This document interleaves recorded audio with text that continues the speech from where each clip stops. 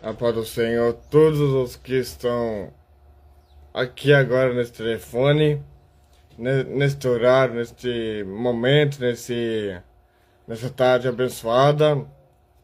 E eu quero ler apenas o capítulo 9 de João, versículo 3, do versículo 3, 17, até o versículo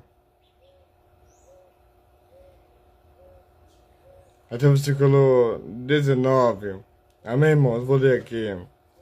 Jesus respondeu: nem ele pecou, nem seus pais, mas foi assim para que manifestassem nele as obras de Deus. Versículo 4. Convém que eu faça as obras daquele que me enviou enquanto é dia. A noite vem, quando ninguém pode trabalhar. Enquanto estou no mundo, sou a luz do mundo. Versículo 18 e 19. Os judeus, porém, não creram que nele tivesse sido cego e que agora visse, enquanto não chamaram os pais do que agora viam. E perguntaram, dizendo: é este o vosso filho, que vos diz ter nascido cego? Como, pois, vê agora? Seus pais responderam e disseram-lhe: sabemos que este é o nosso filho e que nasceu cego. A palavra que está claramente nos dizendo é que Jesus, ele começa a chegar perto de um homem indefeso, de um homem que não tem habilidade de ver, não tem uma história fixa de estar certo na sua vida. Mas Jesus chegou lá para acabar com a enfermidade daquele homem. Jesus chegou lá e falou para aquele homem: por acaso você quer uma cura? Só que o discípulo de Jesus falou para ele: mestre, por acaso esse homem pecou ou é seus pais para que nasceu cego? Só que a palavra que eu li aqui agora não foi Jesus que era cego, mas foi o cego que Jesus foi lá curar ele, porque Jesus nasceu do Espírito Santo. Mas para falar aqui, esse homem cego era o homem que era físico, mas Deus, ele é espiritual. Por que, pregador? Porque no capítulo 2 de Mateus, fala que Jesus, ele começa a nascer no ventre de Maria, por causa que os pastores começam. Porque naquele dia vamos supor que era Natal. E a fala que a estrela que vivia no céu do ano passado, simbolizava Jesus, que ia chegar como se diz lá, os pastores, para entregar os presentes para a família de Jesus. Porque na árvore de Natal tem lá umas bolinhas, tem um símbolo de estrela, que simbolizava os pastores vinha para entregar presentes para Jesus.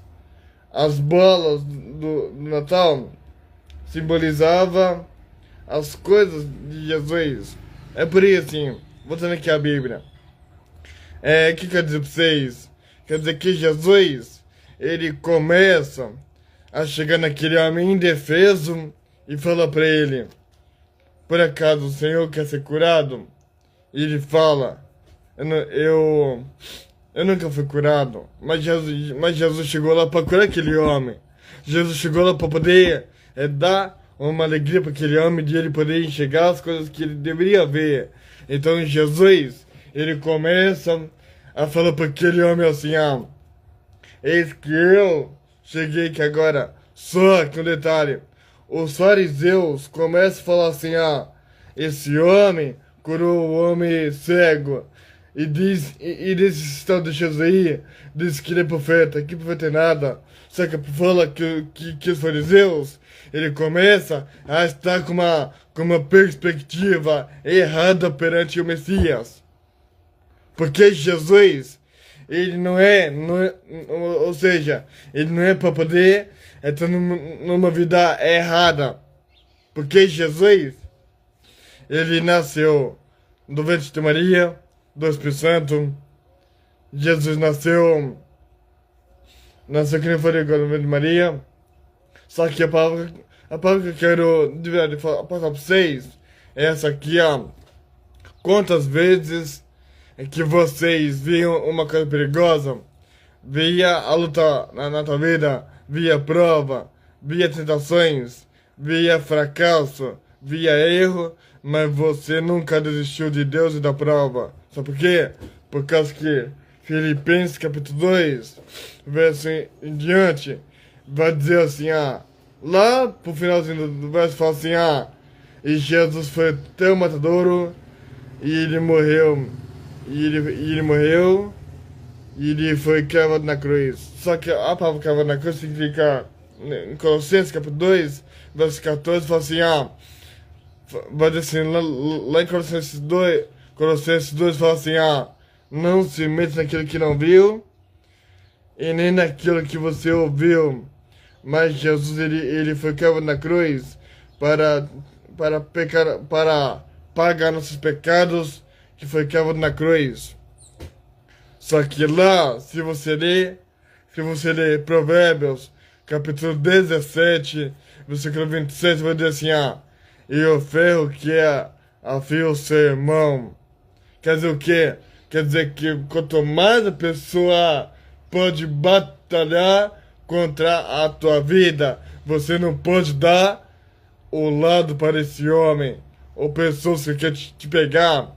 Porque imagine, Atos capítulo 2, quando vamos pegar pelo capítulo 3 de Atos, quando João Batista estava pregando a palavra sobre o arrependimento, no capítulo 3, João estava preparando o caminho para Jesus, ele poder passar para ser batizado. Já no capítulo 4, Jesus ele batiza e vai direto para o deserto. Só que para falar que o diabo, ele tenta Jesus e fala para Jesus dizer assim, por acaso não fará a palavra em pão?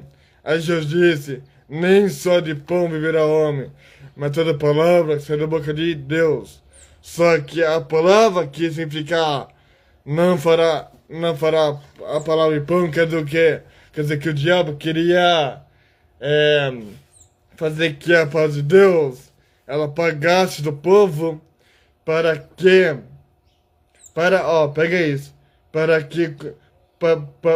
que se a palavra está escrita por Deus, isso Deus queria para ela, olha isso, e é por falar que o diabo queria excluir a palavra, só que Jesus disse assim, nem só de pão, que é para o pregador? O pão é assim, eu vivo de pecado, eu vivo de mentira, eu vivo de fazer fofoca, de fazer fracasso, eu vivo de fazer coisa errada, eu vivo de praticar pecados, iniquidade, fracasso, coisas erradas. Só que olha pra mim aqui agora, no capítulo 9 que eu tô aqui agora, no versículo 5, e o versículo, aliás, no versículo 4, versículo 5 fala que, convém que eu faça as obras daquele que me enviou enquanto é dia e noite. Vem quando ninguém pode trabalhar. Enquanto estou no mundo, sou a luz do mundo. Olha para cá pra você ver. A palavra fala que lá em João 8, versículo 12, fala a mesma história desse pequeno versículo. Que fala que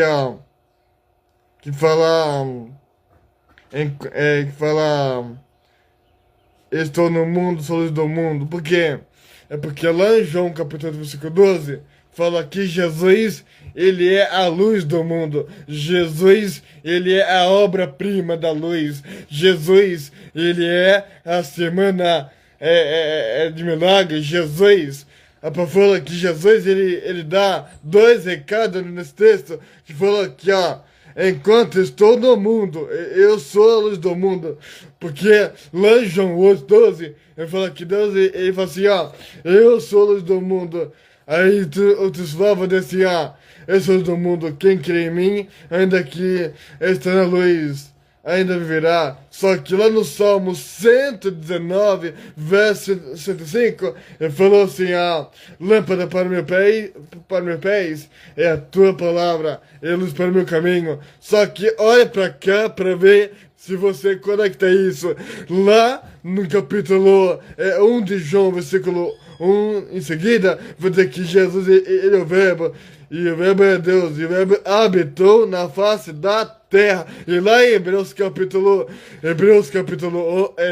11, versículo 8, fala que Deus, ele era o ano passado, Jesus, ele é hoje e será eternamente para todos sempre.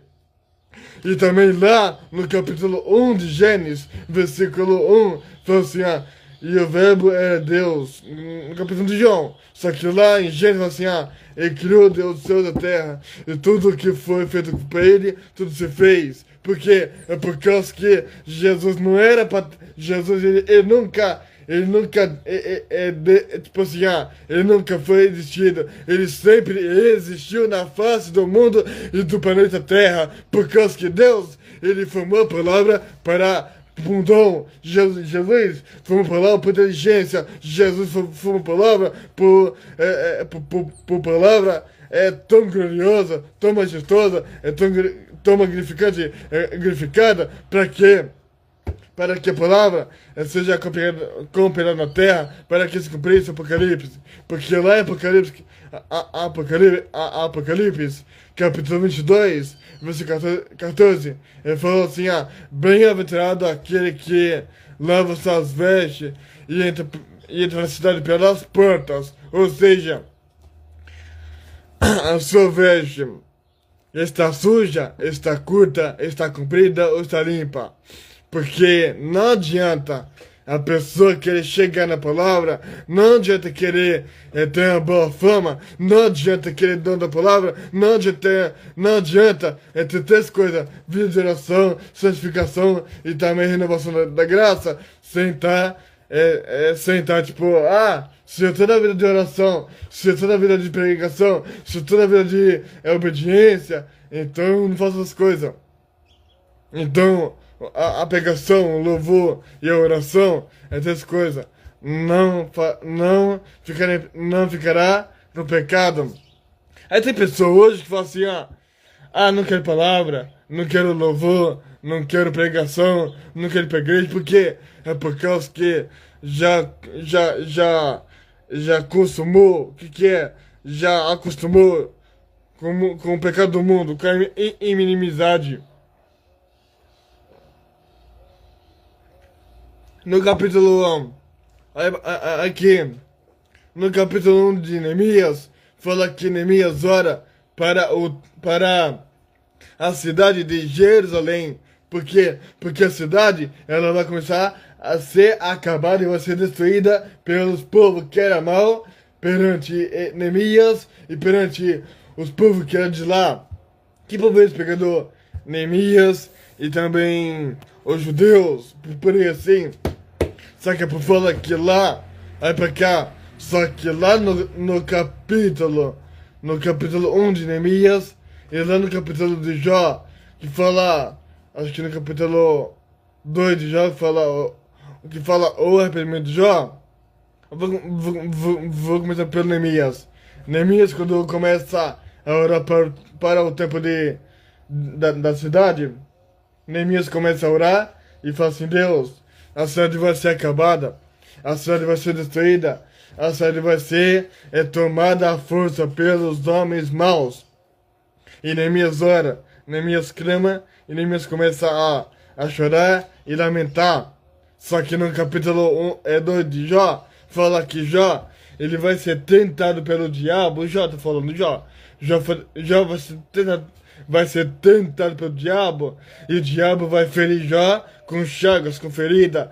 Aí Jó, ele não desiste de Deus, Só que a mulher de Jó, ele falou assim, Jó, por que você não agradeceu Deus e morre? E Jó, ele é homem reto, fiel, sincero, obediente e honesto. Só que você vai notar é que Jó, ele vai falar assim, meu Deus, ele é tudo pra mim e minha vida. Só que fala que Jó, ele é a pessoa, Jó, ele é a pessoa que é humilde, ele é a pessoa santificada na obra. Porque, olha pra você ver, no capítulo da Bíblia, lá em 1 Timóteo capítulo 4, ele fala que Timóteo, porque não é Timóteo, na verdade, Paulo fala para Timóteo, ele começar a exortar o povo, a longanimidade, depois a exortar a santidade e também longanimidade. O que é isso? É para exortar o povo, é para santificar o povo, é para obedecer o povo, é para orientar o povo, é para purificar o povo, é para dar o povo em obediência e a santificação da obra. Agora pega isso daqui. Já ele não começou a estar na prova de começar a largar de Deus. Já passou pela prova para ser feito pro diabo, sabe por quê? Para passar para a prova difícil que ele queria passar. Mas só que não era ele. É para que a prova passasse para Já, para que ele começasse a estar na prova vivificado por Deus. Só que no capítulo 4 de João, vai dizer que Jesus, ele vai estar sentado à beira do poço e vai falar para aquela mulher samaritana, por acaso você não vai me dar um pouco dessa água? E aquela mulher começa a dar água para aquela mulher começa a pegar uma concha e colocar debaixo do poço lá com água e dar para Jesus beber aquela água. E a fala que Jesus, ele fala na verdade, dois segredos para aquela mulher e fala assim, mulher, por acaso você que é samaritana, por acaso você tá com 2 baldes, por acaso você vai tirar essa água do poço, e por acaso você tem marido? E ela fala assim, não tem marido. Aí Jesus disse, então é melhor essa água. E que nem eu falei agora, aquela mulher dá água pra ela. E ela fala que Jesus ele fala assim, já que a água está com aquela mulher, então eu vou dar minha água pra ela, se ela falar a verdade. Mas aquela mulher não começa a falar a verdade pra aquela mulher, porque parece que aquela mulher, ela quer mentir para Deus e fala assim, eu tenho um marido, mas só que não vai saber. Eu tenho um marido, só que não sabe. Eu tenho um marido, só que ele não sabe da minha história, da minha vida. Só que fala aqui no capítulo 4 em seguida, vai dizer que Jesus, ele vai aprofundando a conversa daquela mulher com Jesus. Ele fala assim, por acaso você tem marido, né? Aí descobre, sem ela falar assim, eu tenho marido. Só que fala que Jesus, ele olha bem no interior dela e fala assim, você tem marido. Aí ela fala, como é que você sabe? Aí ele disse, é por causa que você tiver 5 maridos e que tem agora nasceu. E ele fala assim, por acaso o que é o Senhor? Aí fala comigo. Aí fala comigo assim, sabe por quê? É por causa que, olha pra cá, é por causa que Jesus, ele fala pra aquela mulher assim, já que você tem 5 maridos e você não quis falar, então agora eu te dar minha água pra você. Ou seja, a melhor água que Deus pode dar pra você, a melhor água que Deus pode te renovar, te encher, te fortalecer, te crescer em sabedoria, não é buscando a palavra errada. Ou seja, pregador, pregando Paulo, eu preguei errado, mas não sei falar direito. Deixa eu falar, mesmo você pregando errado, querendo acertar para falar o certo, você é bem sucedido na fé. Porque quem fala a verdade, quem fala com doutrina e obediência, santidade e a santificação, é honrado por Deus. Mas basta não errar, basta não falhar, basta não fracassar e basta não parar. Vou te mostrar. Vou chutar aqui pela memória. Lá no capítulo 15 de Mateus, por aí sim, fala da dracma perdida. Lembra da dracma? A dracma de Jesus, ele fala assim, por acaso, se alguma pessoa começar a cair no buraco, ou se por acaso a pessoa começar a ir pro mundo, por acaso não vai lá e dá uma mão pra ela levantá-la, ou por acaso não vai, ela no mundo fala pra ela voltar para ser salva. Aí Jesus, um dia, Jesus, tá aqui na Bíblia, Jesus, ele falou assim, a minha casa não será feita de pombos, nem de covil, e nem de ladrões. A minha casa será chamada casa de oração. Aí tem pessoas que falam assim, aí vou na casa pra ver o pregador, aí vou na igreja pra ver o cantor, aí vou na igreja pra poder prestar um culto, é o pastor que eu mais gosto, é o pregador que eu mais gosto, é um culto sem dar oportunidade, beleza, eu vou gostar, mas só que se não pregar, se não cantar, se não conseguir orar, vou largar da obra, vou largar de Deus, vou largar da igreja. Deixa eu falar, a igreja não é lugar de ficar vendo pessoas tipo, enriquecida, não é para ser dada a homens, não é para ser chamar atenção, aleluia.